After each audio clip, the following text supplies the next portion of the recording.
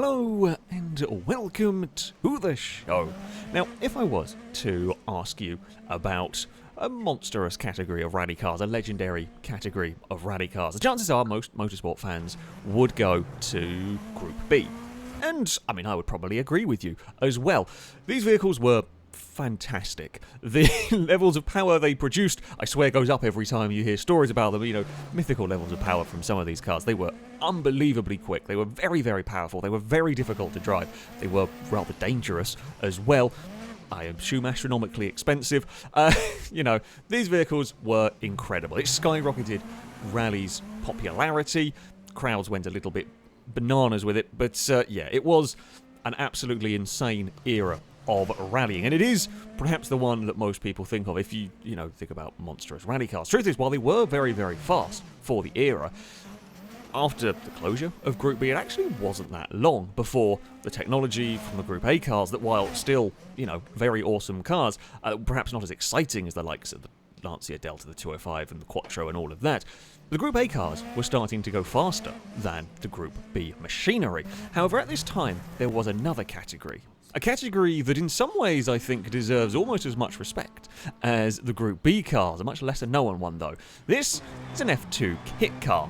Now, on the face of it, it is not as exciting as the Quattros and the Deltas and the Peugeots. This is 300 horsepower, nowhere near as much as the Group B machinery. It's also front-wheel drive. However, it is very, very light. These vehicles are about 600 pounds lighter than the equivalent Group A or WRC cars, putting out around about the same horsepower as the equivalent machinery.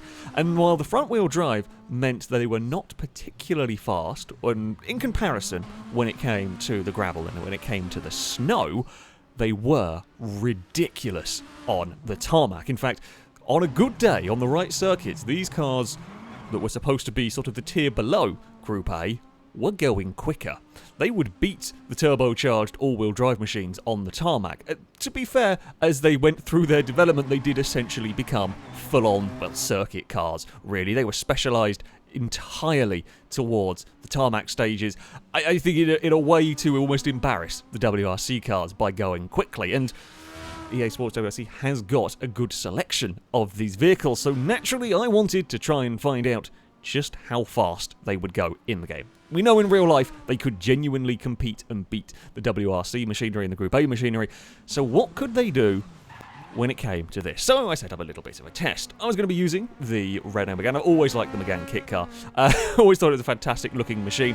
So yeah, I set off to do a test. We were starting with a all-tarmac rally stage. Now, this particular stage starts off quite twisty. You've got lots of hairpins to deal with, and then sort of speeds up as you go later on. Actually, gets very, very fast towards the end of the stage. So it should be a good test for the vehicles. Out of the slow hairpins, the front-wheel drive is perhaps going to struggle. Let's say a little bit. We're all on, full-on tarmac rally tyres and whatnot, but still, it's not going to quite have the traction of the all-wheel drive machinery through here. But yeah, it's considerably lighter than the Subaru that I'm going to be driving in this, and has pretty much the same horsepower. To drive, it is a very, very good car. You would expect it. You can feel that it's front-wheel drive, sure, through some of these kind of traction zones, but it never really feels like it's hindering it all that much. It has got so much grip. The front end will turn in absolutely amazingly through these tight, twisty stuff, and as the route starts to get faster, there is a huge amount of grip. One of the great things about it is if the car does start getting just a little bit of oversteer, you can normally just boot it and it'll sort itself up, it'll pull itself straight, and that is not, so I say not so much the case with the Group A car. Now, let's face it, the Impreza, also a legendary rally car in its own right. You've got the benefit of the all-wheel drive traction. It was, as you would expect, a little bit more slidey than you get from them again. That's almost a given at this point. You can kind of chuck this car about into, so for example, into the hairpins. You can chuck it in a little bit. Although, on a tarmac rally stage, I'm not really going to be ripping the handbrake and going massively sideways. You kind of lose a bunch of time still, or I find myself unable to make as much time. I prefer to be precise with the vehicles, smooth with vehicles, and that works for me in getting stage time. So yeah, at the end of the day, I'm a decent, I like to think I'm a decent enough driver at this game. I'm certainly not going to be setting the perfect run through these stages, but I am you know, it is still me running through here, so it's fair for both of the cars.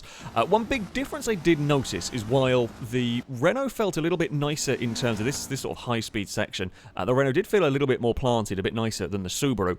On this particular route, there's a lot of sort of dirt banks and rocks and whatnot lining the track, and you can get away running across them in the Subaru a lot more than you could with the Megane. Now, I didn't change any of the setups, didn't adjust anything on the car. I think the Megane is probably running lower. There's a few corners where the co-driver will say cut, and you can get away with it in the Subaru, but if you try and run the same line with the Renault, it gets bobbled around and bounced about quite horribly. So that was, I say, the main difference, the main place where I felt like I could make up a little bit of time with the Subaru was just being a smidge more aggressive. Like here, for example, this exit corner, I can cut quite a lot with a Subaru. I just couldn't do the same with the Megane if I wanted to keep it pointing the right way, or without losing a huge amount of time. And by the end of the stage, the times were actually very, very close. It was a 3:55 for the Subaru and a 3:57 for the Megane. Now, I'm sure both cars could go a little bit faster. I did spend some time trying to get as much pace out of the vehicles as I could in this one. Yeah, it's very close. Okay, yeah, it's a shorter stage than perhaps some of the ones that you go for. Subaru did take the victory, but I was very pleasantly surprised to see how close the Megane could get it in all of this. But, I mean, we can't just run the cars on the tarmac. This is the place where the kit car is supposed to be very, very quick indeed. What about a place where I say it's not supposed to be? By the end of the kit car era, they had pretty much given up worrying about off-roading abilities that were focused solely on the tarmac stages. So, I decided to go to a snowy stage. Quite a bumpy snowy stage as well, I might add. Very bumpy over here. Certainly this first section was incredibly rough for the vehicles. But yeah, we're on snow and ice, and there is generally not a huge amount of grip. Okay, sure, the cars are on, you know, snow tyres, ice tyres, the spiked tyres, you know, they've got grippy tyres on it. You are going to expect the Group A Subaru to have an awful lot more traction. At the end of the day, you know, Quattro came along and showed that you want all-wheel drive when you go off-road. And as you would expect, the Subaru was very nice to drive. I say very nice to drive through this stage. This is the Nordica Rally. It is it's a tough stage. You've again got some slow sections, you've got some fast sections. This bit in particular, very, very low speed. A really nasty little sequence of corners through there. Very narrow, this particular route. I mean, it's a car's width and not much more. Really not much more than that. And, you know, the Subaru performed as you would expect. Lovely car to drive. Nice and, I say, predictable through here. It slides about a little bit, as you're going to expect. It's on ice. It's going to move about. It's going to slide about. But everything is lovely and controllable with this car. You can point it where you want. It's, you know, as you would expect a Group A rally car to be. The Megane, well, you could definitely feel that it was front-wheel drive in places. But in a lot of places, it's really not that much different. Off the line, you'll notice it struggles a little bit more. Out of the really, really slow corners, you notice it's struggling a little bit, but we are not talking a huge amount. We're not talking as much as I would expect from this car. Really not, it's not struggling. For example, that really slow corner and climb up the hill, it didn't really matter. And then we get to here, and it's absolutely fine. There's no real issue with the traction. I mean, this bit here is a little bit faster, but you would still expect the front-wheel drive to have some issues somewhere, and it just really didn't. And in some ways, I liked the way the Megane was driving. With the Subaru, when it started sliding, you know, you had to be very, very careful with it. Again, with the front-wheel drive car, if it started getting oversteer, I could boot it and sort of straighten it up. And it's, again, there's an element of my driving style maybe slightly favours the front-wheel drive Megane. I clip that banking so many times with everything I drive. It's really easy to end up in that banking. You get away with only like a little brush on it, but I clip that quite a lot. But yeah, my driving style maybe did just suit the Megane a little bit more, even if I was playing it super risky in places. It did incredibly well for a front-wheel drive car, and the stage time goes to show it. On the snow, we're talking half a second difference between the two vehicles. That is very, very close. It is very, very close between the two vehicles. I mean, the Subaru definitely had its strengths and had its weaknesses. I will say the Subaru did feel faster through the stage. On Rally Game, I really struggled to get a general sense of how quick a car is going sometimes. That Subaru felt a lot quicker. However, the Megane was right there. Megane was absolutely right there. That was a big surprise to me with just how close that front-wheel drive car is. Don't forget, that is front-wheel drive on snow and ice. Now, so far, the results had been rather interesting, so I decided to throw another vehicle into the mix, another variable. What would happen if I ran a Group B car through here? I picked the 205, the most successful of the Group B cars, and went off to run the same stages. Now, in reality, as epically quick as the Group B machines were, it wasn't that long before the Group A car started going quicker. While they had less power and whatnot, technology, improved suspension, tyres, all of that sort of stuff, it wouldn't take long for the Group A cars to be going faster. In theory, Subaru should be quicker than this. Now, I did do this test a little while ago, back in Dirt Rally 2, and it turned out the Group B cars were very fast, much faster than perhaps they should have been, as I was also curious to see how that would translate between the games. The first thing to notice was, well, the Group B car was much harder to drive, as you would expect. The 205 was very quick down the straights. In fact, it was about 10 or so miles an hour, 10, 15 perhaps miles an hour quicker than the Subaru and Renault, fairly similar speed down these straights. They were gear limited to about 120-ish. The 205 was going well past 130. Truth is, difficult to look that much when you're frantically trying to deal with a braking zone.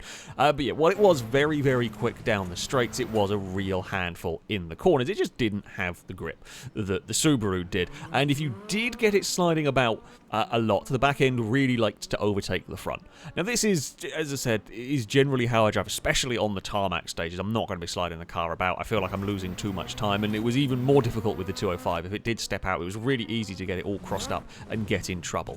The other noticeable thing with this was turbo lag. Now, it didn't really affect it on most of the parts. This bit of the course here was one of the most difficult. The really slow hairpins, essentially first gear was maybe a little bit too long with this car, in that if you weren't very careful, it just sort of died. And you actually see it coming out of this corner a little bit, it just struggles to keep going. I didn't have a button for clutch on this one. The way I was actually trying to get it to work was I would grab the handbrake, kind of blip the throttle a lot to try and keep the revs up, and then release the handbrake to try and get some wheel spin to keep the turbos going. It's a bit of a workaround. Essentially, it was a workaround to try and get the car to put the power down, but it was only really, though, the tightest of corners was it an issue. The rest of it, you were on power enough, you were going fast enough that it wouldn't be a problem, even if the car was difficult to drive. It was as good over the bumps as the Subaru, as you would expect from a vehicle like this, but it was the grip that was the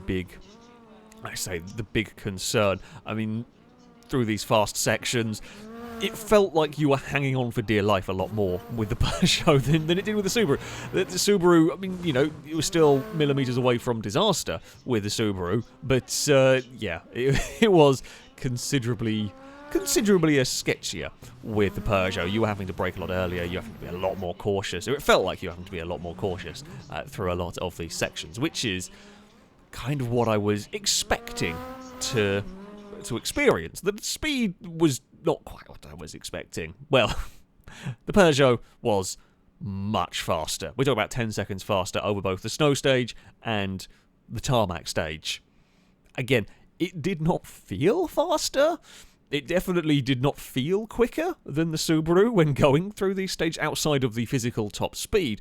It felt it was so much more difficult to coax the car through the stage. However, yeah, it was easily faster. Now, you could absolutely make the case. I am sure a better driver than me could run the Impreza and beat the times set by that 205. But I'm sure that same driver, if running the 205, if running the Group B car, would also go much faster.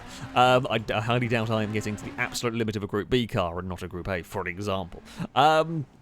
So, yeah, the conclusion-wise, I say conclusion-wise from all of this, this was more of a showcase almost for the F2 cars. Look, the Group B cars, in fact, the speed perhaps balance between the categories of vehicle is not quite right. I think the 205 is a bit too easy to drive. Perhaps I can understand it having better top speed and whatnot, but it's certainly able to carry a lot more of that speed than maybe it should be able to. There's always, maybe there are some things that a game isn't simulating that, in the real rallies would have affected the performance of the Group B machines, etc. But yeah, the speed between the categories is maybe not quite right. Not that you are very often, if at all, going to be comparing categories to each other, which is a little bit of a shame. That being said, though, it is great to have such a decent number of F2 kit cars. It's not just the usual, the expected couple. You've got things like the Astra, the Escort, the Golf. I didn't even know there was an Astra kit car, for example. So it's great to have it be actually, a big category. And hopefully I have shown this category to people that may not have heard about it before, may not have seen it before, because it is a fascinating piece of rally history that I'm sure, the diehard motorsport fans are going to know about these vehicles, but a category of cars that, you may not quite know so much about, may not have seen all that much before. Really, really cool vehicles to go driving with, to experience, and in this game, surprisingly competent when it goes off-road. This was a lot of fun. This was a lot of fun to do. I hope you have enjoyed this video. That, though, is going to be it from me. Thank you all very much for watching, and until next time, goodbye.